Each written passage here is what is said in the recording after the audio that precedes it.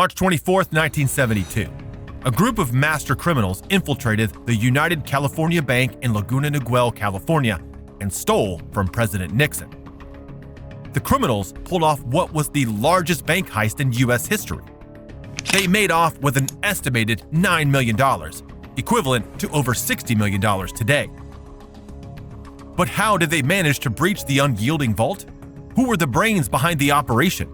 And what crucial misstep led to their eventual downfall? The United California Bank burglary was no ordinary heist. This wasn't a spur-of-the-moment smash and grab. The operation was meticulously planned and executed by a crew of professional thieves led by Amil Dinso, a seasoned criminal with a knack for cracking safes. The group targeted not only the bank's substantial holdings, but also rumored dirty money tied to then-President Richard Nixon, adding a layer of political intrigue to the crime. The story began in Youngstown, Ohio, when Amil Dinso received a tip about a secret stash of money allegedly linked to President Richard Nixon. Though the source of the information remains uncertain, it was credible enough to spur Dinso into action. The rumor claimed that Nixon was hiding a $30 million stash in the United California Bank, located in the affluent neighborhood of Laguna Niguel, California. Allegedly, this money had been obtained from Teamsters boss Jimmy Hoffa as a campaign donation to secure a presidential pardon. The idea of targeting Nixon was appealing to the crew, as one of them, Harry Barber, later remarked, "He couldn't cry to nobody. Who's he going to cry to? He stole it himself." Amil Dinso, born in Goshen, Ohio in 1936, had an extensive criminal career as a bank robber, starting as a teenager at the age of 16. Alongside his brother James, he orchestrated hundreds of successful heists, and their first was in the Bank of Wheeling, West Virginia.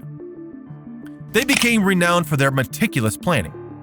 For this particular heist, Amil assembled a trusted team that included James, his brother-in-law Charles Mulligan, Phil Christopher, Charles Breakout, James Dinso, and Harry Barber.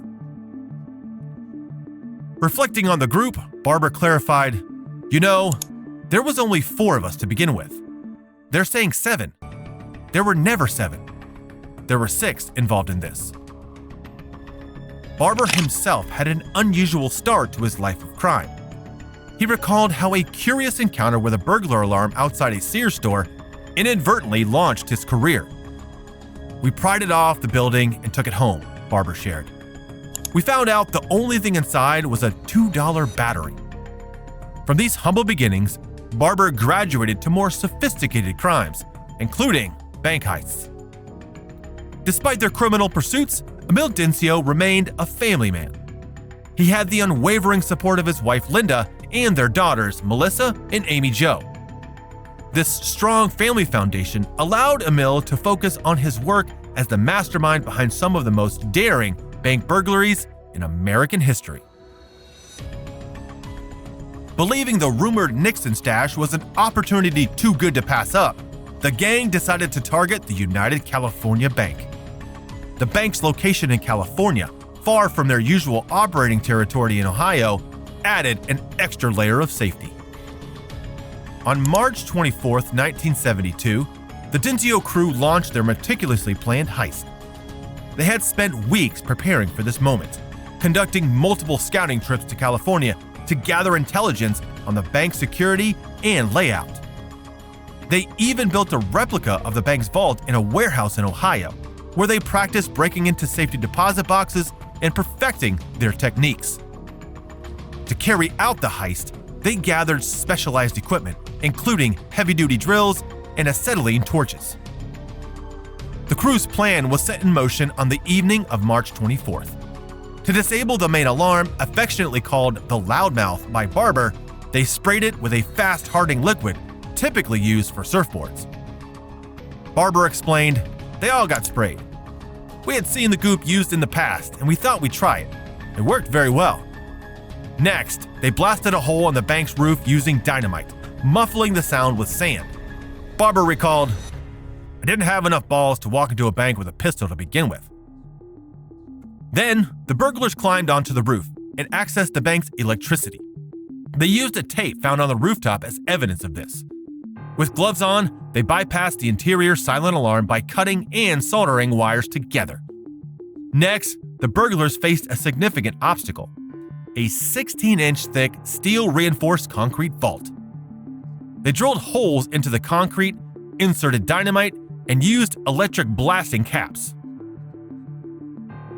To control the blast and avoid attracting attention, they placed burglar bags over the explosive to muffle the sound and direct the force precisely into the vault. Upon breaking into the vault, they found the steel rebar that reinforced the concrete, which they overcame with an acetylene torch.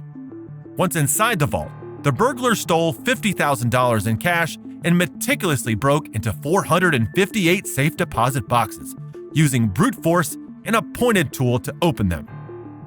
They selectively sorted through the contents, leaving behind what they didn't want. Barber emphasized, "We watched it 24/7. We watched everything to make sure we weren't coming into a trap." Over the course of the heist, they broke into 458 safety deposit boxes, taking cash, gold, bonds, and jewelry.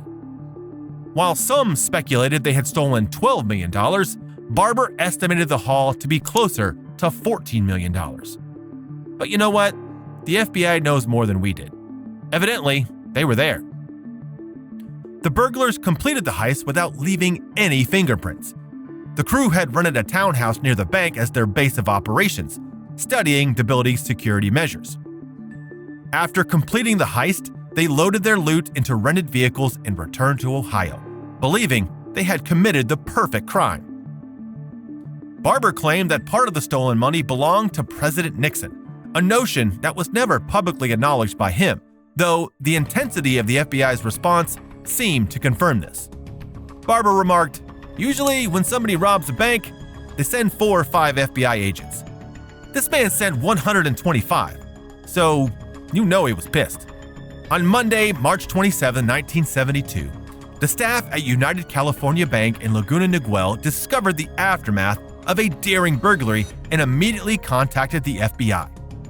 The authorities faced the daunting task of identifying the culprits behind such an elaborate heist.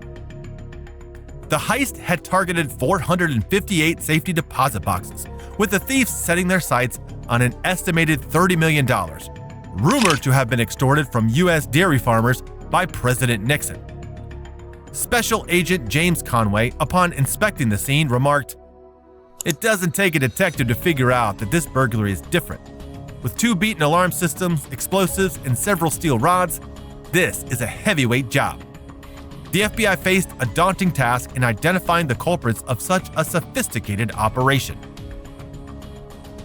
The burglars had entered through the roof, using explosives and tools to bypass the bank's security systems with meticulous precision. They stayed in a nearby condo for 36 hours, cleaning it thoroughly before fleeing the scene. Despite their careful planning, small mistakes began to unravel the heist. The investigation went cold for 2 months until the FBI office in Cleveland, Ohio, reported a strikingly similar burglary in Lordstown. This new lead connected the robbery to Amil Dinso, a seasoned criminal with a history of high-profile heists. Flight records reveal that Dinso and his crew had traveled to California around the time of the robbery, boldly using their real names. FBI agents tracked their movements by questioning taxi drivers and hotel staff. A key breakthrough came when a taxi driver identified the crew, recalling they had both looked threatening and generously tipped him. The trail led to the Jubilee Inn in Cudahy, where Dinso's brother-in-law, Chuck Mulligan, had checked in under his real name. Further investigation traced the gang's hideout to a condo in Laguna Niguel, rented under the alias Harry Barber. While the burglars had scrubbed the condo clean, they overlooked dirty dishes in the dishwasher, which bore fingerprints tying the crew to the crime. Additional evidence emerged when agents obtained a search warrant for a car stored in the garage of Mulligan's acquaintance, Earl Dawson. Inside, they found gloves, masks, weapons, and tools used in the burglary. some bearing Dinso's fingerprints. Forensics matched the recovered items to damages at the crime scene, including drill bits that matched traces of steel from the vault and acetylene torches used to cut through the vault's roof. Stolen coins recovered from the car matched those listed as missing from the safety deposit boxes. The FBI also discovered stacks of stolen cash hidden on a property adjacent to James Dinso's land. Despite their attempt to fabricate an alibi by arranging to be in Las Vegas during the heist, the crew's efforts failed. Dinso even tried to buy an alibi from a fellow inmate, but the inmate reported the plan to the authorities. In a sting operation, the FBI sent an undercover agent posing as a criminal expert to gather further evidence, which ultimately undermined the defense's case in court. The final blow came when two gang members turned against their accomplices.